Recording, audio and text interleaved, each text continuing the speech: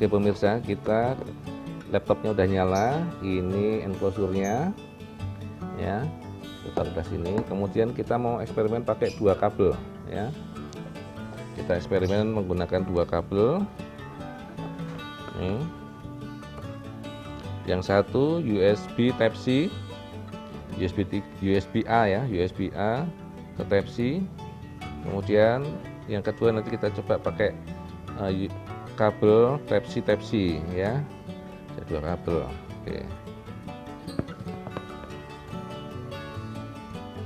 Oke, pertama kita mau coba menggunakan kabel yang USB A ke Type C ya, seperti ini. Tapi USB-nya USB 3.1 ya, warna biru. Oke, kita colokkan di sini seperti ini. Nah, ada bunyi ya. Sekarang kita mau colokin ke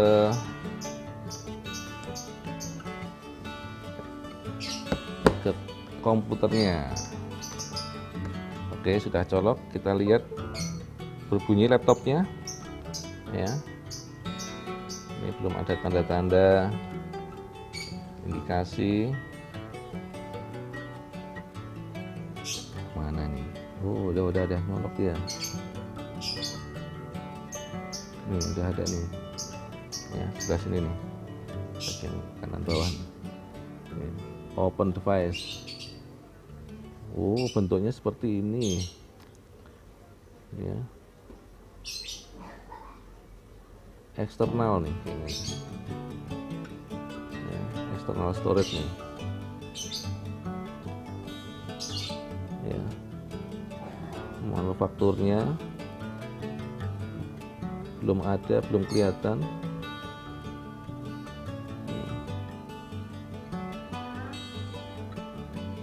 Belum kelihatan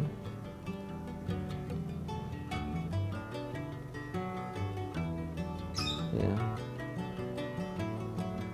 belum kedetek nih, belum terdeteksi ya.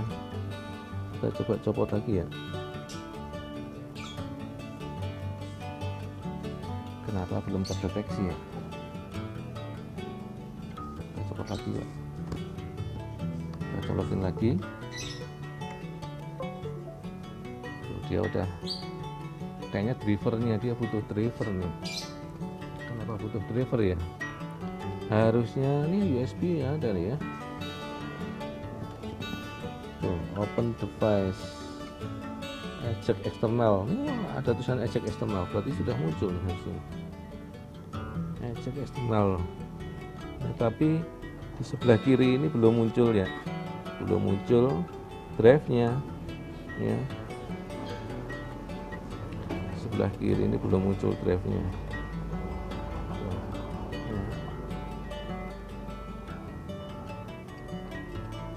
Belum muncul drive-nya. Oke, kita coba pakai USB yang Type C ya.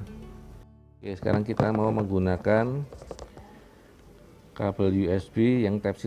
Tadi Type C USB kita belum bisa, ini apakah harus install driver atau bagaimana ya, tapi USB-nya udah terdeteksi ya. Nah, coba masukkan sini. Oke ya, kita colok ya. Kita masukin ke Type C. 1 2 3. Oke, nih indikatornya udah nyala ya, lampunya. Kemudian kita lihat di sini sama, sudah kedetek ini ya, sudah kedetek. Ini ada USB. Masalahnya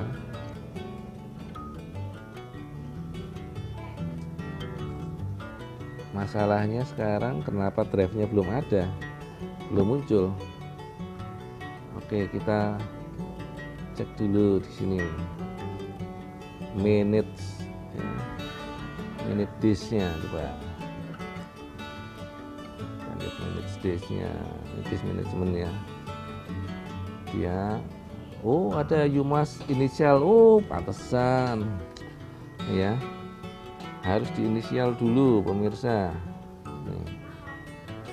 Ya, kayaknya belum diformat itu. Nih, jadi di sini ada dua disk. Disk 1 ya, 1 tera ini hard disknya, sudah ada Windowsnya dan lain sebagainya. Kemudian ini ada satu lagi, ini belum diinisialisasi nih ya, masih unknown sebesar 1 tera ya, sama-sama 1 tera. Nah, kita mau jadikan apa nih ya, kita mau format inisial menjadi MBR master boot record atau menjadi GPT ya. Ini ada catatan, kok jadikan the GPT partition ya. The GPT partition style is not recognized by all previous version of Windows. Jadi kalau GPT ini mungkin nggak akan dikenali untuk Windows sebelum Windows 10. Nah, tapi kalau MBR ini semua pasti terdeteksi ya. Kita mau pilih yang mana nih ya, GPT atau MBR ya. Ntar kita lihat dulu tutorialnya masalah partisi ya. Ternyata perbedaan antara partisi MBR dengan GPT tadi itu memang banyak penjelasannya di internet. Anda bisa baca-baca ya, perbedaan atau kekurangan atau kelebihan dari masing-masing partisi ini. Contohnya ya, kita buka aja di internet kekurangan untuk MBR ya.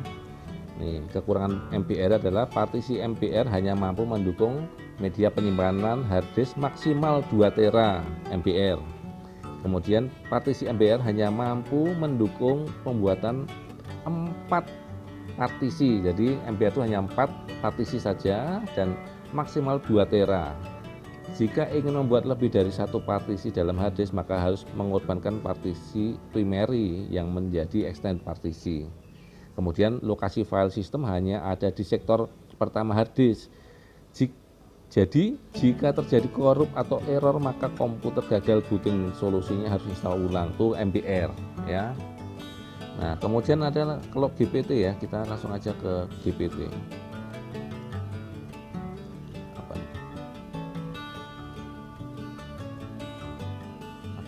Enggak ada. Ini perbedaannya ya sekarang. Nah, kalau ini perbedaan MBR sama GPT ya. Tadi MBR itu hanya maksimum 4 partisi. Kalau GPT itu maksimum sampai 128 partisi, ya toh. Perbedaannya jauh sekali. Kemudian partisi penyimpanan MBR itu maksimum 2 tera. Kalau GPT bisa 9 GB. GB nih. Waduh, lebih banyak banget ya. Kemudian jika partisi MBR ingin menambah partisi lebih dari 4, maka harus mengorbankan partisi primernya ya. Partisi MBR hanya ada 1 partisi saja yang bisa digunakan untuk menyimpan sistem operasi ya.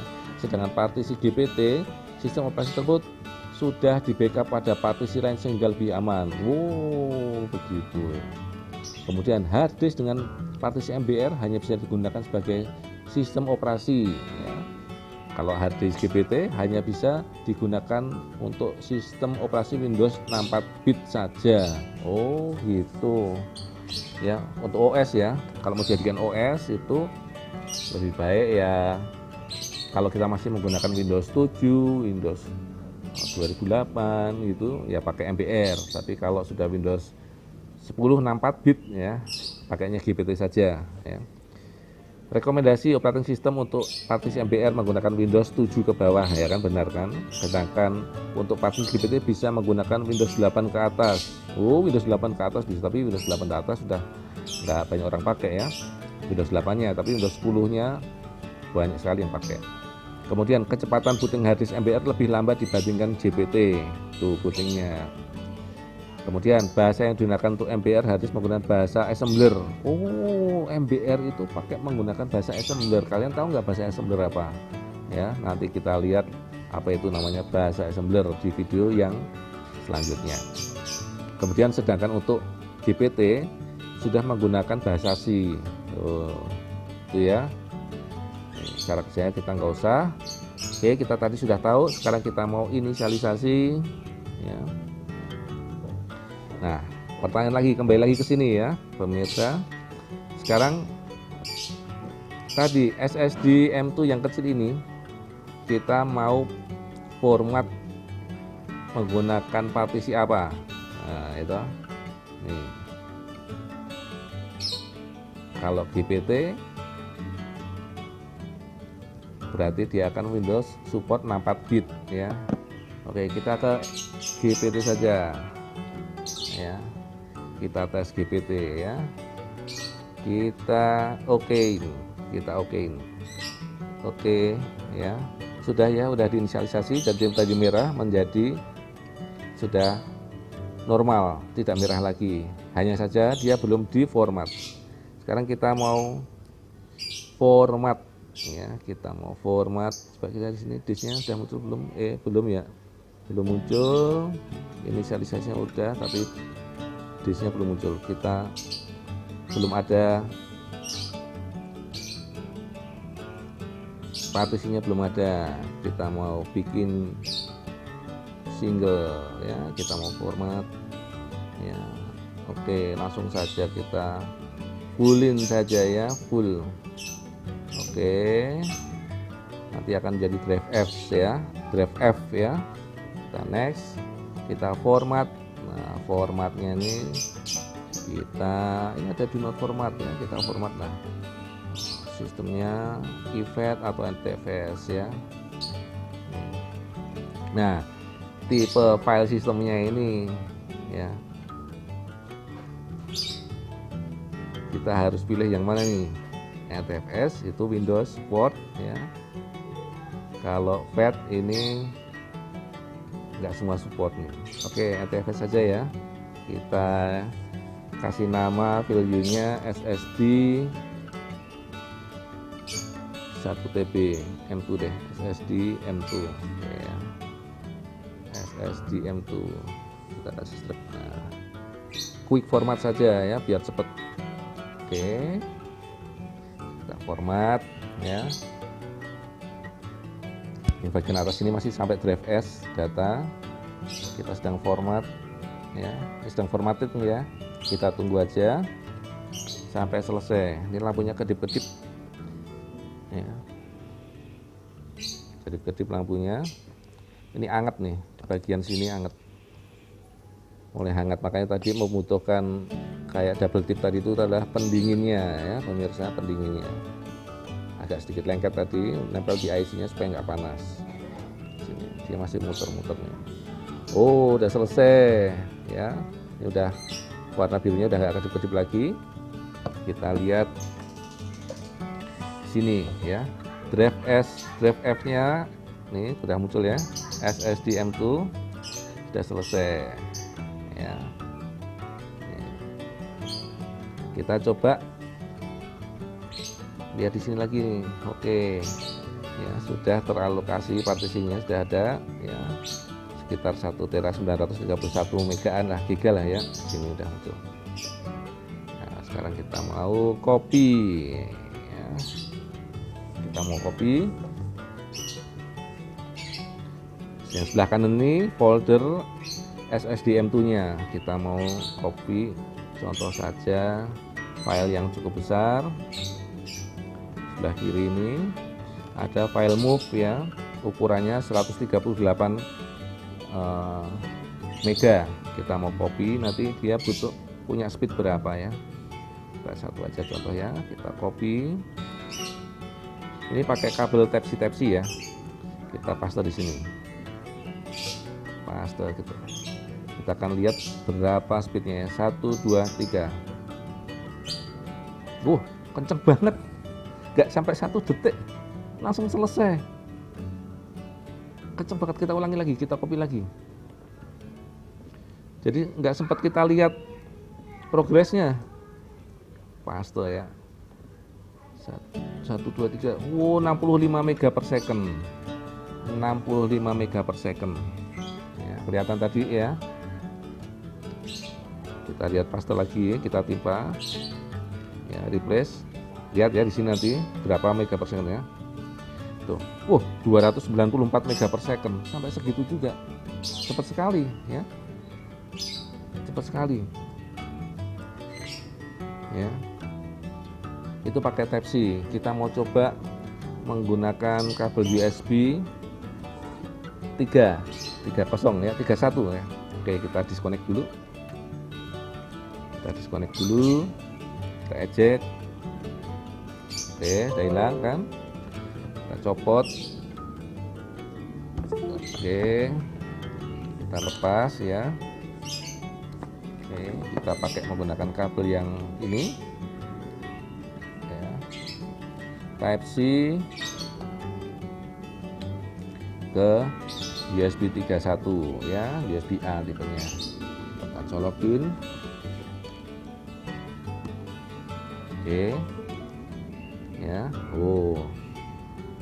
ya sudah dikenali. Tadi memang nggak dikenali, sekarang kita copy lagi yang ukuran ini. Kita copy lagi file yang ukuran 138 MB tadi, kita paste menggunakan kabel USB 3.1 ke Type C.